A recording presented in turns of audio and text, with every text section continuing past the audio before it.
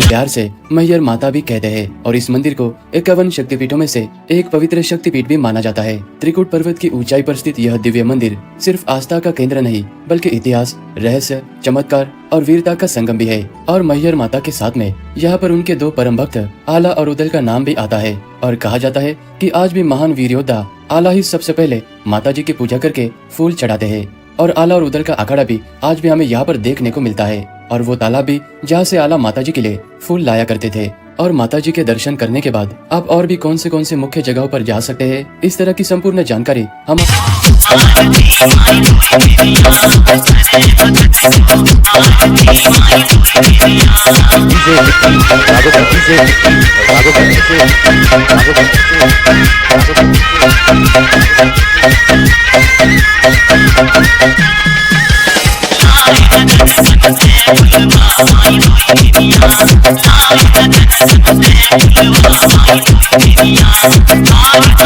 आपको इस वीडियो में देने वाले हैं, तो मैहर के इस वीडियो को पूरा जरूर देखना। मैहर माता के इस धाम तक आने के लिए यहाँ पर ये मैहर रेलवे स्टेशन बना हुआ है और रेलवे स्टेशन से माता का मंदिर लगभग 4.5 किलोमीटर के दूरी पर है। और स्टेशन के बाहर ही कई सारे आपको ई रिक्शा और ऑटो वाले नजर आएंगे जो कि पर सवारी 20 से 30 रुपए लेकर मैहर माता के मंदिर के पास में आपको उतार देंगे। माता का मंदिर इस पहाड़ी के सबसे ऊंचे चोटी पर स्थित है, जहाँ तक जाने के लिए आपके पास में 2 ऑप्शन है। आप मंदिर तक पहुँचने के लिए इस तरह की लगभग 1100 सीढ़ियाँ चढ़कर माता के दरबार तक आ सकते हैं। अगर आप सीढ़ियाँ चढ़ने में असक्षम है तो आपके लिए यहाँ पर रोपवे यानी कि उड़न खटोले की भी सुविधा है। और इस रोपवे से जाने के लिए पर पर्सन 150 रुपीज लिया जाता है, जिसमें जाना और वापस आना दोनों भी शामिल होता है। और इन त्रिकुट पर्वत की इन खूबसूरत प्राकृतिक नजारों को देखते हुए आप मात्र 6 से 7 मिनट में माता जी के दरबार में पहुंच जाओगे।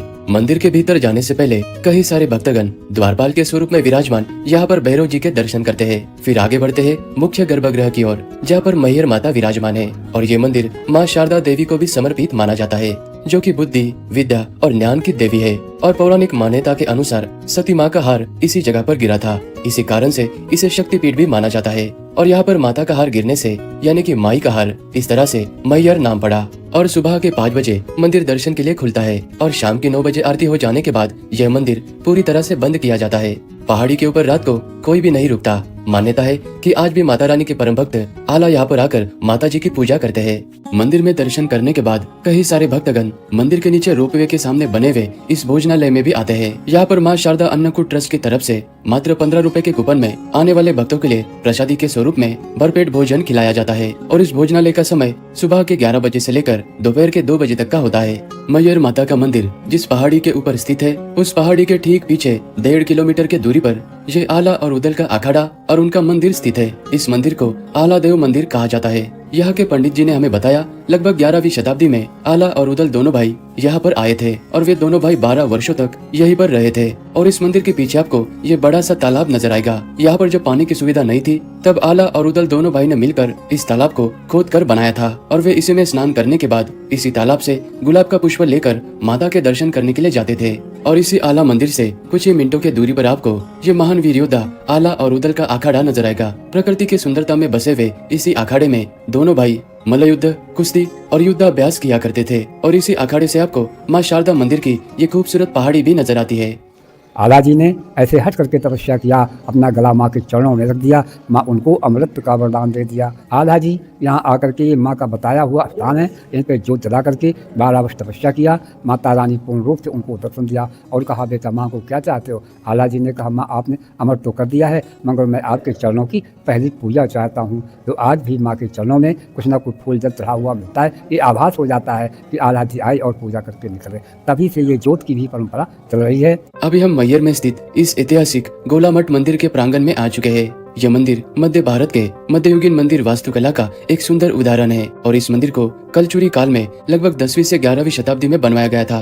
और यह मंदिर पूरी तरह से नागर शैली में निर्मित है। और यह मंदिर भगवान शिव जी को समर्पित है। तो मंदिर के गर्भगृह में भगवान शिव जी का यह बड़ा सा शिवलिंग स्थापित है। अभी हम बड़ा अखाड़ा मंदिर के पास में आ चुके हैं। यह मंदिर संपूर्ण रूप से भगवान शिव जी को समर्पित है, क्योंकि इस मंदिर के भीतर छोटे और बड़े मिलाकर कुल 108 शिवलिंग स्थापित है। भक्तगण यहाँ पर सभी शिवलिंग की प्रदक्षिणा करते हुए भगवान भोलेनाथ जी के दर्शन करते हैं। और इस मंदिर के छत के ऊपर एक विशालकाय शिवलिंग है, जो कि यहाँ का एक मुख्य आकर्षण है। और इसी बड़ा अखाड़ा मंदिर के प्रांगण में कई सारे प्राचीन मंदिर भी है। और यह मंदिर गोला मठ मंदिर से 700 मीटर यानी कि 5 से 10 मिनट के दूरी पर है। और मैहर रेलवे स्टेशन से लगभग 2 किलोमीटर के दूरी पर स्थित इस मंदिर को बाबा तालाब मंदिर कहा जाता है, क्योंकि यह मंदिर इस विशालकाय तालाब के पास में स्थित है। और यह मंदिर भी मैहर में स्थित प्राचीन और ऐतिहासिक मंदिरों में से एक है। और यह बड़ा सा तालाब इस मंदिर की पहचान है। मंदिर के गर्भगृह में बहुत ही प्राचीन भगवान भोलेनाथ जी का शिवलिंग स्थापित है। समय होने पर आप यहाँ पर भी दर्शन करने के लिए आ सकते हैं। पूरे मैहर जिले का सबसे खूबसूरत ये है इच्छापूर्ति मंदिर, जो कि मैहर रेलवे स्टेशन से लगभग 5 से 6 किलोमीटर के दूरी पर इस केजेएस सीमेंट प्लांट में स्थित है। और ये मंदिर आदि शक्ति देवी दुर्गा माँ को समर्पित है।